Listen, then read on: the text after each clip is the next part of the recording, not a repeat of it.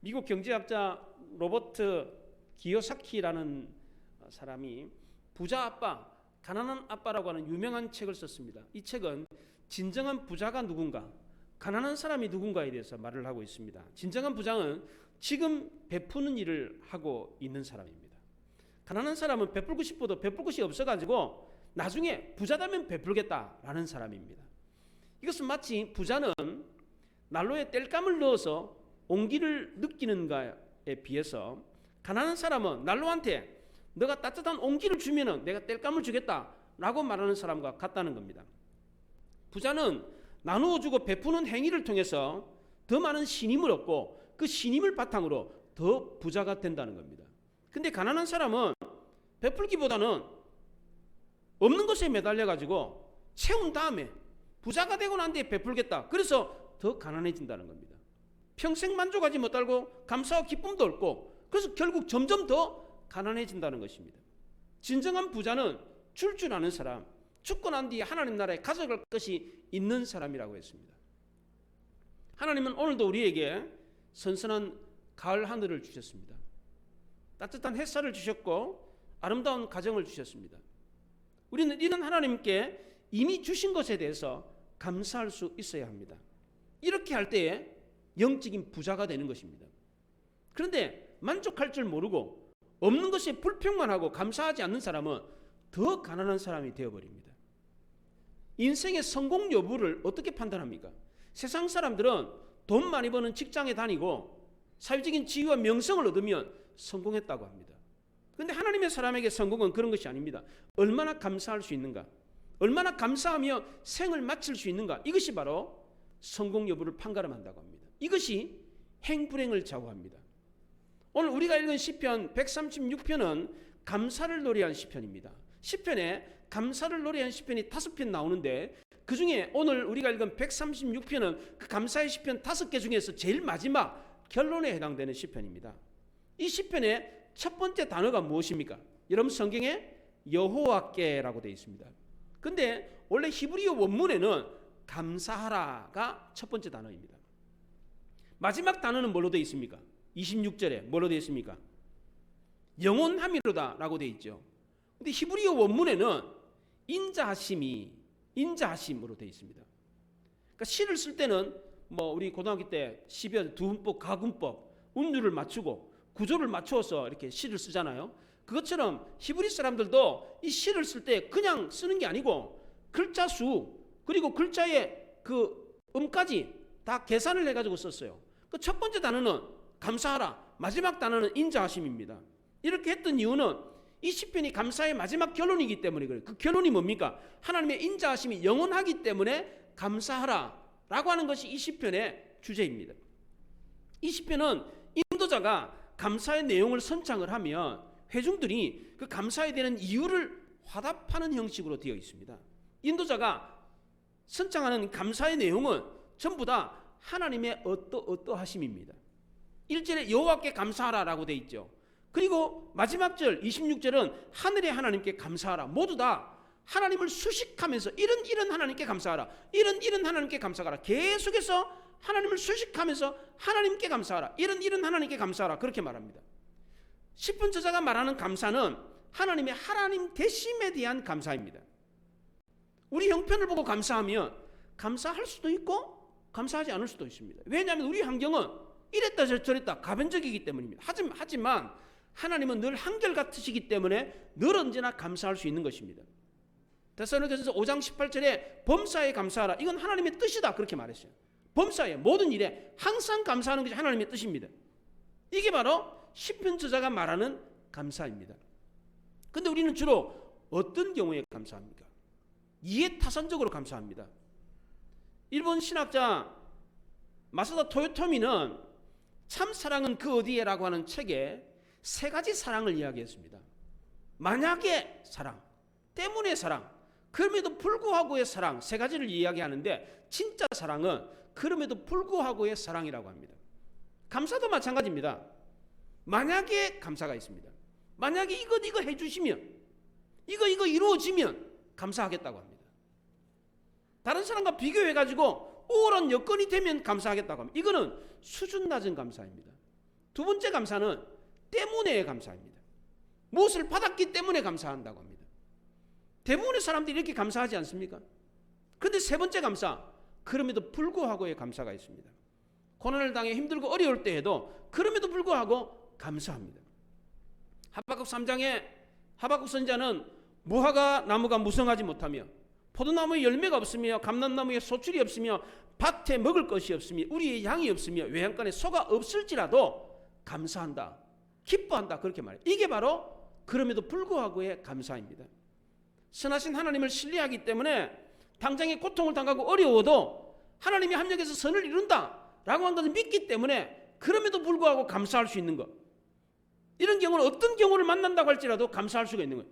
어떤 경우라도 항상 감사할 수 있는 겁니다. 이게 바로 늘 감사할 수 있는 감사, 이게 바로 진짜 감사, 하나님이 원하시는 감사, 오늘 시편 저자가 말하는 감사입니다. 이렇게 진정한 감사를 하려면 어떻게 해야 됩니까? 내 삶의 형편을 생각하면 이런 감사를 할 수가 없습니다. 우리 삶의 형편을 보고 감사하면 이해타산적인 감사를 하게 되어 있습니다. 만약 뭐뭐 해주시면 뭐뭐 해주시기 때문에 감사한다, 그렇게 말을 합니다. 우리 삶의 형편은 가변적이기 때문에 이런 감사는 늘 한결같은 늘 하는 감사가 될 수가 없습니다. 하나님의 뜻인 감사는 범사에 항상 모든 일에 감사하는 것입니다. 이처럼 감사를 이해타산적으로 생각을 하면 감사를 그때그때 달라져요. 크리스마스 때가 되면 미국의 아이들이 산타크루스 할아버지에게 편지를 보내요. 그 편지가 다 미국 워싱턴 DC 우체국으로 모인답니다. 그 아이들이 보내는 달라는 이 편지가, 산타크루스한테 보내는 편지가 산더미처럼 쌓이는데 그 내용이 다 선물 달라는 겁니다. 그럼 우체국이 이 편지를 산타크루스한테 보내느냐? 그렇지 않죠. 산타크루스가 어디 있어요? 그래서 우체국에서 이 아이들의 편지를 다 각 지역의 교회들, 유지들에게 보내가지고 그 아이들에게 이 선물을 보내달라고 도움을 요청합니다. 그러면 교회와 유지들이 그 전국의 미국 아이들한테 선물을 보내줘요. 그 선물을 받은 아이들 중에 감사합니다라고 답장을 보낸 아이들은 거의 없답니다. 아이들만 그렇습니까? 현대인들도 마찬가지입니다. 감사를 마치 상거래 하듯이 합니다. 내가 돈 주고 물건 샀는데 감사할 이유가 뭐가 있어? 학생들도 마찬가지입니다. 선생님은 월급 받으면서 우리를 가르치는 거니까, 나는 등록금 내고 배우는 거니까 선생님한테 감사할 이유가 없지. 국민들도 마찬가지입니다. 공무원들이 월급을 받고 일하니까, 나는 공무원 월급 받도록 세금 내니까 공무원들이 나한테 뭐 봉사하는 거 내가 감사할 이유가 없지. 부모와 자식 간에도 마찬가지입니다. 부모는 자식을 낳아서 기르고 교육시켜서 결혼시키는 걸 당연한 의무처럼 생각합니다. 그러니까 자식들도 부모가 그렇게 하는 것을 당연하다고 생각합니다. 당연한 거라고 생각하니까 감사하지 않는 겁니다. 당연한 거니까 감사 안 해도 됩니까? 엄마가 아침마다 매일마다 밥 차려주는 거, 이거 당연하게 생각하거든요. 매일마다 밥 차려주잖아요. 단 하루도 빠짐없이. 그거 당연하게 생각하거든요. 당연한 거니까 감사 안 해도 됩니까? 감사는 그 사람의 인격을 나타내는 겁니다. 감사할 줄 아는 사람은 좋은 인격을 가진 사람임에 분명합니다. 어느 공동체나 감사하는 사람은 인정을 받습니다. 작은 것 하나에도 감동을 받고 감사하는 사람은 사람들의 마음을 얻습니다. 이런 사람은 어딜 가도 인정을 받고 성공합니다. 야, 저 사람 됐다. 항상 고맙습니다. 작은 일에도 고맙습니다. 이런 사람은 더 도와주고 싶어요.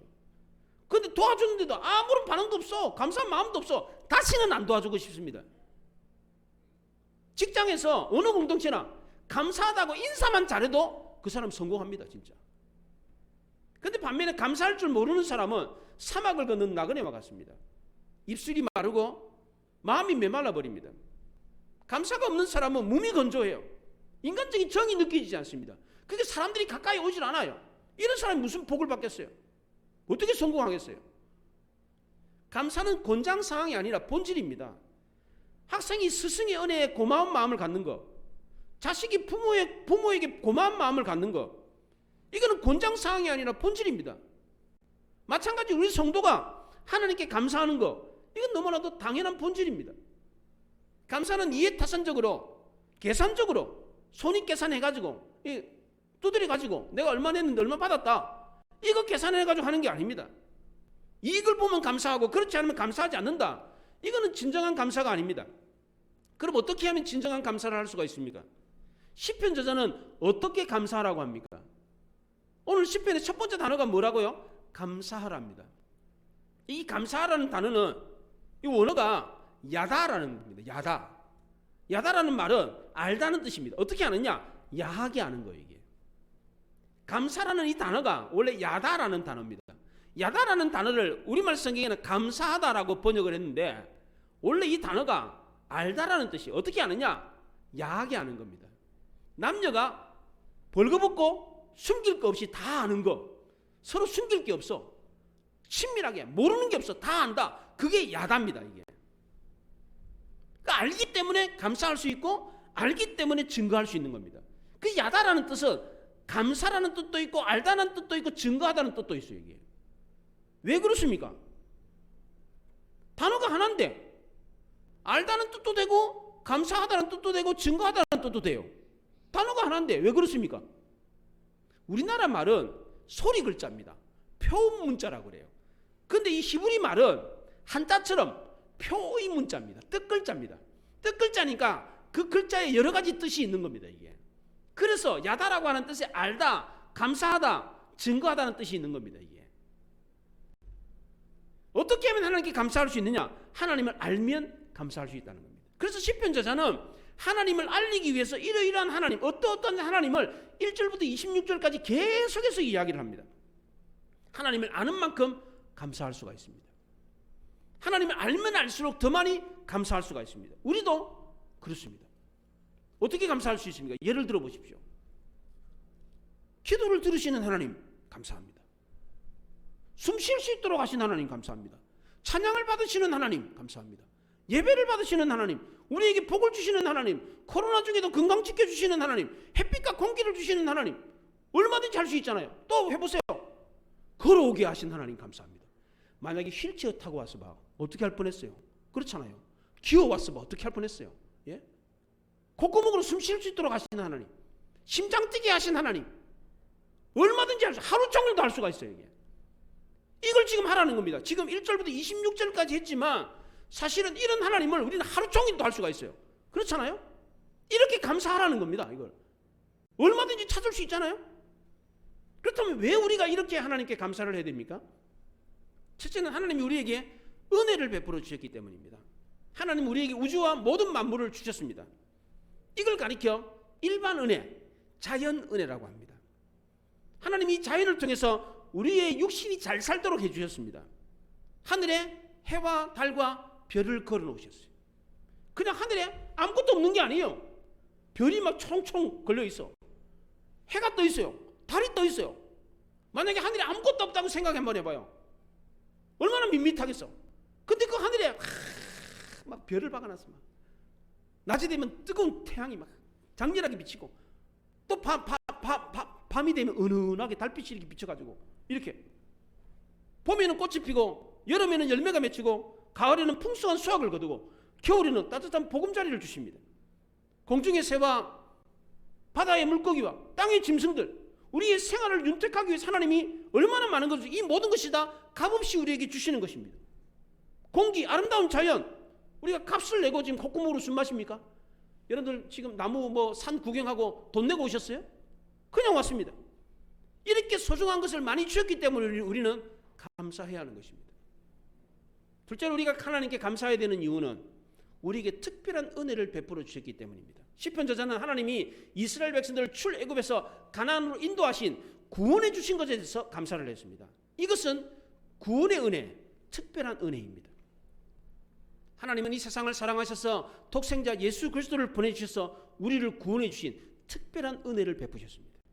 사도 바울은 골로새서 2장 6절에서 예수를 주로 받았으니 감사가 넘치게 하라 그렇게 말을 했습니다. 하나님이 우리 육신을 살리기 위해서 주신 은혜는 일반 은혜라면 우리의 영혼을 살리기 위해서 주신 은혜는 특별 은혜입니다. 우리는 그리스도를 알지 못하는 사람과는 달리 영혼까지도 구원받을 수 있는 특별한 은혜까지 받았습니다. 죄로부터 구원함을 받았습니다. 죄의 족쇄가 풀려가지고 죄의 자녀가 아니라 하나님의 자녀가 되었습니다. 이 특별한 은혜는 그 끊임이 없습니다. 왜냐하면 그 인자하심이 영원하기 때문입니다. 하나님은 줬다 뺏었다 이러는 분이 아니에요. 하나님이 우리에게 주시는 복은 영원부터 영원까지입니다. 하나님은 에덴 동산에 범죄한 아담과 하와에게 가죽옷을 입혀줬습니다. 아브라함과 이삭과 야곱에게 복을 주셨던 하나님이 왕정시대 사무엘과 다윗과 솔로몬에게 은혜를 베푸셨습니다. 여러 선지자들에게 은혜를 베푸셨던 하나님은 신약시대의 사도들에게도 동일한 은혜를 베푸셨습니다. 초대교회 하나님은 핍박 중에 있는 성도들을 불꽃과 같은 눈으로 지켜보고 계셨습니다. 그 긍휼의 등불을 끄지 않고 늘 지켜보고 계셨습니다. 지금도 그 하나님의 은혜와 긍휼과 인자하심이 강물처럼 흘러가지고 우리에게까지 왔습니다. 이게 바로 예수 믿는 성도만이 갖게 되는 특별한 하나님의 은혜입니다. 우리는 이 세상 사람들이 누리지 못하는 일반 은혜뿐만 아니라 세상 사람들이 누리는 일반 은혜뿐만 아니라 특별한 은혜까지 누리고 있기 때문에 감사하지 않을 수 없는 것입니다. 이렇게 우리가 하나님께 진정으로 감사해야 되는 이유를 알았다면 그럼 우리는 어떤 자세로 감사를 해야 됩니까? 첫째는 범사에 감사해야 됩니다. 왜? 데살로니가 5장 18절에 범사에 감사하라. 이는 하나님의 뜻이니라 그랬습니다. 항상 무슨 일이든지 감사하는 것, 이게 하나님의 뜻입니다. 어떤 일이든지 좋은 일이든 나쁜 일이든 슬픈 일이든 괴로운 일이든 어떤 일이든지 다 하나님께 감사할 수 있어야 됩니다. 왜? 하나님은 기쁜 일이든 슬픈 일이든 다 합력해서 선을 주시기 때문입니다. 로마서 8장 28절에 우리가 알거니와 하나님을 사랑하는 자 곧 그의 뜻대로 부르심을 입은 자들에게는 모든 것이 합력하여 선을 이루느니라 그랬습니다. 그런데 우리는 어떤 경우에 감사합니까? 자녀가 뭐 잘 됐을 때, 대학 입시 합격하고 뭐 결혼하고 뭐 직장 좋은 데 들어가고 뭐 남편이 뭐 잘 되고 아내가 뭘 잘 되고 뭐 건강이 회복되고 가정이 복을 받고 이러면 감사한다는 겁니다. 이런 감사는 불신자들도 합니다. 다른 종교를 믿는 사람들도 합니다. 근데 우리는 이런 감사를 해서는 안 돼요. 물론 해야죠. 하지만 이런 감사, 차원이 다른 감사가 필요해요. 여러분 이런 감사해 보셨습니까? 봄, 여름, 가을, 겨울을 주신 하나님께 감사합니다. 은녹색 눈 뜨는 봄이 지나면 구릿빛 태양이 빛나는 여름이 찾아오고 다시 가을이 깊어지면 온 산이 아름답게 물들고 어김없이 찾아오는 겨울이 오면 대지가 흰 눈으로 덮여 침묵하는 이런 아름다움, 대자연의 아름다운 변화를 보고 하나님께 감사해 보셨습니까? 하나님은 이런 감사를 더 받고 싶어 하십니다. 왜냐하면 이 대자연의 아름다운 변화를 하나님이 만드셨는데 사람들이 이걸 몰라요. 어떤 미술가는 하나님이 만드신 자연이 너무 아름다워가지고 한 자리에 앉아가지고 하루 종일 그림을 그려.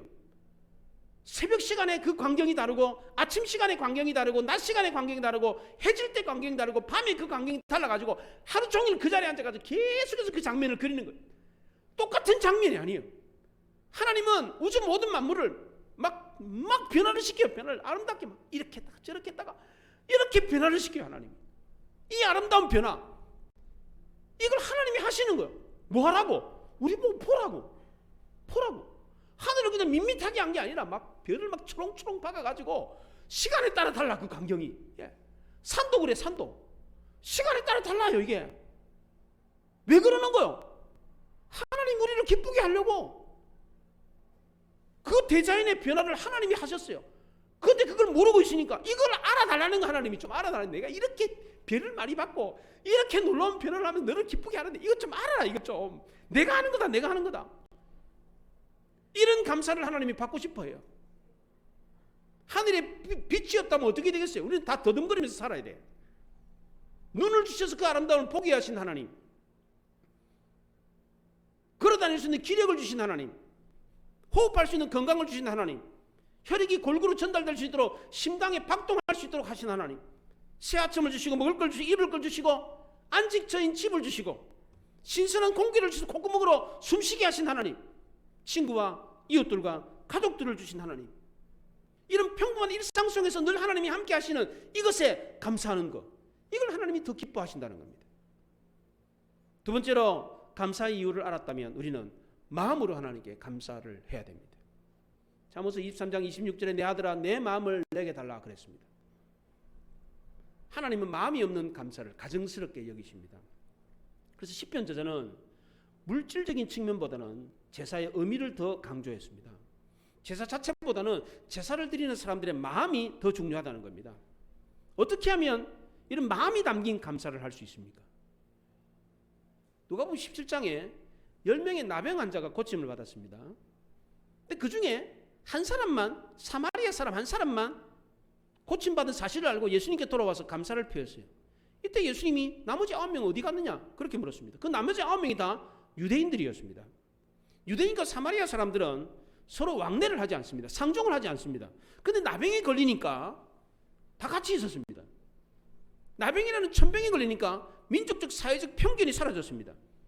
아프니까 동병상련이라고 니네 할 게 없이 같이 죄인이라는 사실을 아니까 니네 따질 게 없었어요. 그런데 고침받고 난 뒤에는 서로를 보게 됐어요. 넌 사마리아 사람이네? 나는 유대인인데? 내가 너랑 같이 있으면 안 되지. 그리고는 떠나가 버렸습니다. 이게 우리의 모습입니다.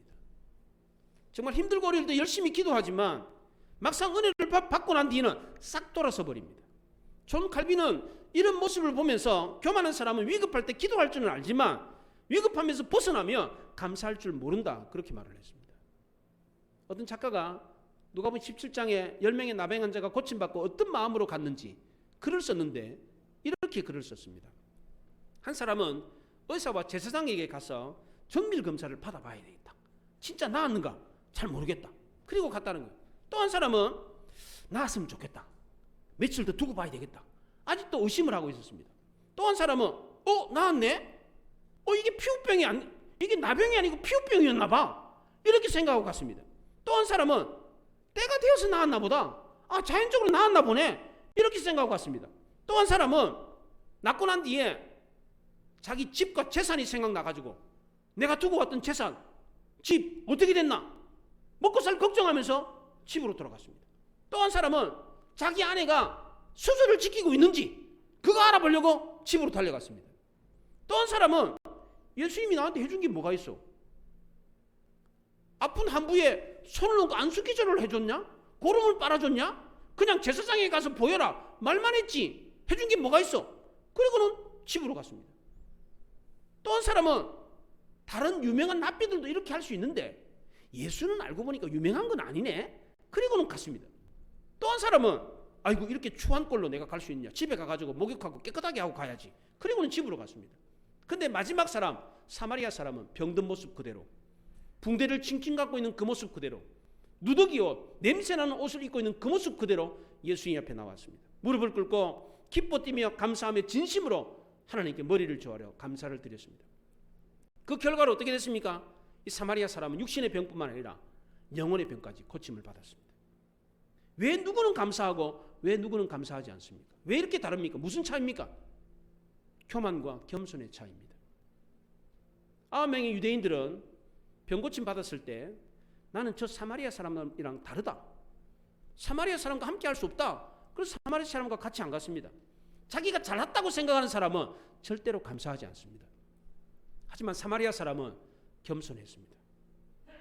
예수님 당신은 보니까 유대인인데 유대인들은 나를 개 취급하는데 당신은 개맛도 못한 나에게 은혜를 베푸셨네요. 고맙습니다. 철저하게 자신을 낮추는 사람, 내가 병자고 죄인이라는 사실을 인정하는 사람이 감사할 수 있습니다. 감사가 많다는 것은 곧 그 사람이 겸손하다는 뜻입니다. 그래서 교만한 마귀의 세계에는 감사가 없습니다. 귀신들은 감사 안 해요. 절대 감사 안 해요. 귀신 들린 사람 감사 안 해요. 감사는 진실한 마음으로, 철저하게 낮아진 마음으로, 겸손한 마음으로 드리는 것입니다. 세 번째로 진정으로 하나님께 감사해야 되는 이유를 아는 사람은 빈손으로 나오지 않습니다. 신명기 16장 16절에 너희 가운데 모든 남자는 1년에 3번 무교절, 칠칠절, 초막절에 내 하나님 여호와께서 택하신 곳에서 여호와를 배웁되 빈손으로 여호와를 배웁지 말고 그랬습니다. 하나님 앞에 나올 때는 빈손으로 나오지 마라 그랬어요. 감사는 느낌이나 감동이 아닙니다. 감사는 행동이고 열매입니다. 교회에서 가장 시험이 들기 쉬운 때가 언제랍니까? 헌금 이야기할 때랍니다. 여러분들 오해하지 말고 들으세요. 제가 전에 심호하던 교회에 한 청년이 전도를 받고 교회를 왔어요. 근데 온몸에 수술 자국이 가득한 거예요. 그래서 깜짝 놀라가지고 너 왜 이러냐 그러니까 중학교 1학년 때부터 무슨 제가 이름도 엄청 길어. 무슨 섬유근종 희귀병이래. 그래서 6개월마다 혹이 커지면 수술을 해서 잘라내는 거예요. 막 머리고 막 팔이고 뭐 내장이고 뭐 그냥 랜덤으로 혹이 생겨 그게 커지면 그냥 잘라내는 거. 왜 걸리는지도 몰라요. 할머니 때부터 생겼는데 어머니 때는 한 단계 하나 건너뛰어가지고 어머니는 안 걸리고 자기가 걸린 거 이게 유전병으로 이렇게 걸린 거 이게 걸려가지고 온몸에 수술작이에요. 그 소환도 선교를 한 달 앞두고 있었는데 제가 그 청년에게 대뜸 야 소환도 선교 가자. 거기서 기도하면 너가 나을 수 있다. 같이 소환도 가자. 제가 무슨 생각으로 그렇게 했는지 모르겠어요. 가가지고 안 나오면 어떡해. 제가 그 말을 대뜸 한 거예요. 그냥 가서 기도받으면 나을 수 있다. 가자. 그렇게 한 거예요. 제가 그 소환도에 가가지고 다리가 4cm 길어졌잖아요. 거기 그런 체험이 있으니까 그래서 기도하면 낫는다. 그래서 그런 생각이 들어가지고 그 청년한테 그냥 처음 본 청년한테 그냥 만나자마자 제가 너 우리 이번에 한 달 후에 선교 가는데 너 같이 가자. 기도받으면 나을 수 있다. 그렇게 한 거예요. 그 말을 했으니까 한 달 동안 열심히 막 금식하고 막 그러면서 막 원교인들한테 막 기도하다 그러고 막 기도를 하고 가서 이제 선교 마지막 날 열심히 기도하고 돌아왔어요. 그 청년이 늘 평소에 다니던 서울대학병원에 가서 진찰을 받았는데 본래 가기 전에 혹이 3개가 있었는데 그 혹이 없어졌다는 거예요. 그 뒤부터는 수술 한 번도 안 했어요. 지금까지 완전히 나았어요. 예. 근데 이 청년이 교회를 와도 헌금을 안 해요. 헌금 시간 이후에 와요. 헌금 안 하려고. 그래서 제가 그 청년한테 야 1,000원도 좋고 10,000원도 좋으니까 감사의 마음을 담아가지고 하나님께 드려봐라 권면을 했습니다. 그래도 헌금을 안 하더라고. 얼마 있다가 교회를 떠났어요. 그 청년의 생각에는 나을 때 돼가지고 나았나 보다 자연적으로 나았나 보다 그렇게 생각을 했나 봐요. 교회를 떠나버렸어요. 근데 나중에 알고 보니까 결혼을 했는데 결혼을 2번이나 실패하고 그렇게 살아요. 예. 저는 그 청년 생각하면 너무너무 마음이 아프고 안타까워요. 그 돈 1,000원, 돈 10,000원 이거 얼마나 된다고 그거? 예? 그게 뭐라고 그게? 어? 그거 순종했더라면 그 육신의 병뿐만 아니라 마음의 병, 영혼의 병까지 고침받았을 건데 그런 생각이 드는 거예요. 예. 돈 몇 푼 때문에 더 크고 넘치는 하나님의 은혜를 놓쳐버리는 어리석은 사람들이 많아요. 하나님이 빈손으로 나오지 말아라고 했던 것은 물질을 받기 위한 것이 아니라 물질을 드리는 것을 통해서 마음을 드리는 훈련을 하기 위해서입니다. 부모가 자식에게 정말 바라는 것이 뭡니까? 용돈입니까? 맛있는 거, 뭐 좋은 옷 바랍니까? 그렇지 않습니다. 아들아, 내 마음을 내게 달라 그랬어요. 부모가 정말 자식에게 원하는 것은 마음이에요. 마음만 있으면 돼. 그냥 빈손으로 와도 돼. 마음만 있으면 돼. 마음을 어떻게 드립니까? 토끼가 감 빼내가지고 주듯이 이렇게 쭉 꺼내가지고 마음을 줄 수 있습니까? 어떻게 줍니까? 물질을 드림을 통해서 마음을 드릴 수가 있습니다. 왜 그렇습니까? 물질이 가는 곳에 마음이 가기 때문입니다. 마태복음 6장 21절에 내 보물이 있는 곳에 내 마음도 있도다 그렇게 말을 했습니다. 그래서 마지막 4번째 진정으로 하나님께 감사를 해야 되는 것을 이유를 아는 성도는 마음뿐만 아니라 물질도 하나님께 드립니다. 마태복음 23장 23절에 화 있을진저 외식하는 서기관과 바리새인들이여 너희가 박하와 해안과 근처의 11조는 들이되 율법에 더 중한 바 정의와 긍휼과 믿음은 버렸도다. 그러나 이것도 행하고 저것도 버리지 말아야 할지니라 그랬어요. 외식하는 서기관과 바리새인들은 박하와 해안과 근처의 11조는 드렸습니다. 그런데 그 율법에 더 중요한 의미 정의와 긍휼과 믿음은 버려버렸습니다. 유대인들이 이렇게 외식과 형식에 빠졌던 이유는 구약시대에 하나님이 사무엘에게 주셨던 말씀을 오해했기 때문입니다. 사무엘상 15장에 순종이 제사보다 낫고 듣는 것이 수양의 기름보다 낫다 그랬습니다. 사무엘상 16장에서는 사람은 외모를 보거니와 나 여호와는 중심을 보느니라. 이 말씀을 오해를 했습니다. 하나님은 제사보다 순종을, 외모보다 중심을 더 중요하게 여긴다. 형식보다 내용을 더 중요하게 여긴다. 그러니까 마음만 드리면 된다. 형식 필요 없다. 물질 필요 없다. 물질 받으시지도 않고 쓰지도 않으니까 마음만 드리면 된다. 이런 생각을 가졌습니다. 그래서 결과적으로 어떻게 됐습니까? 물질 필요 없다고 그래서 마음만 드리면 된다 그래서 어떻게 됐습니까? 물질을 안 드리는 거 그래서 나라가 어떻게 됐습니까? 망했습니다. 성전이 문을 닫아가지고 하나님의 말씀이 없으니까 우상 숭배하고 결국 나라가 망해버렸습니다. 구약시대 선지자 마지막 선지자 말라기가 제발 11조 드려라 그렇게 강조를 했음에도 불구하고 끝내 유대인들은 11조 안 드렸어요. 결국 나라가 망했습니다. 그렇게 구약시대에 형식과 외모를 버려가지고 나라가 망한 것을 보았습니다. 그래서 신약시대에 유대인들은 반대로 형식과 외모를 더 중요시 여기게 됐습니다. 이렇게 함으로써 형식주의에 빠지게 됐습니다. 형식과 외모를 중요시 하는 바람에 그 속에 담아야 되는 마음과 순종과 중심을 잊어버렸습니다.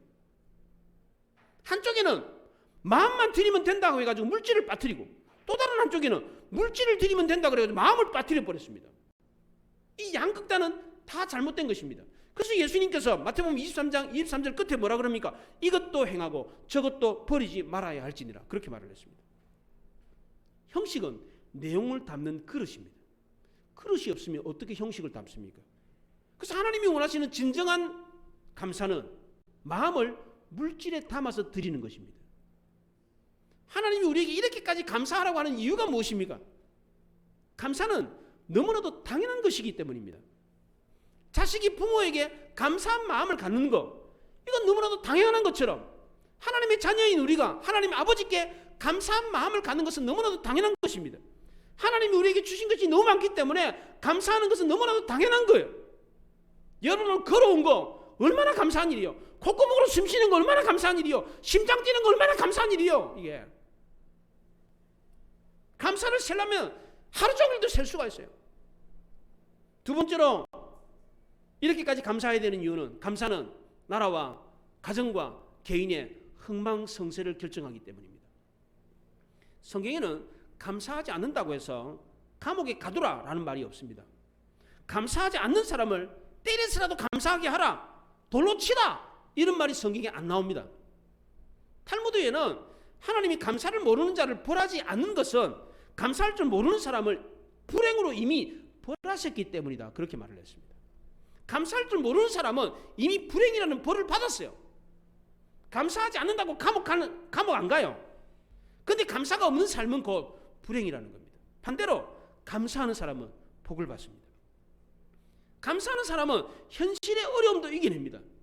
저는 그걸 체험했어요. 힘들고 어려울 때에 저는 늘 감사를 했어요. 감사의 제목을 찾으려고, 이래도 감사, 저래도 감사. 그러니까 어려움을 이겨내더라고. 그런데 어려울 때 이래서 불평, 저래서 불평하면 어려움을 못 이깁니다. 직장 생활도 그래요. 아무리 어려워도 감사거리를 찾으면 직장 생활 능히 할 수가 있어요. 그런데 이래서 불평, 저래서 불평 이러면 못 이겨내요. 못 이겨내. 아무리 어려워도 현실에 이래도 감사, 저래도 감사하면 다 이길 수가 있어요. 부부관계도 역시 마찬가지예요. 가정생활에도 마찬가지예요. 교회 신앙생활도 마찬가지예요. 이래도 감사, 저래도 감사. 그러면 시험에 들지 않고 견뎌내는 거예요, 이게. 그래서 마지막 세 번째로, 감사가 축복이기 때문에 우리는 하나님께 감사를 해야 되는 것입니다. 감사는 해도 그만, 안 해도 그만이 아니에요.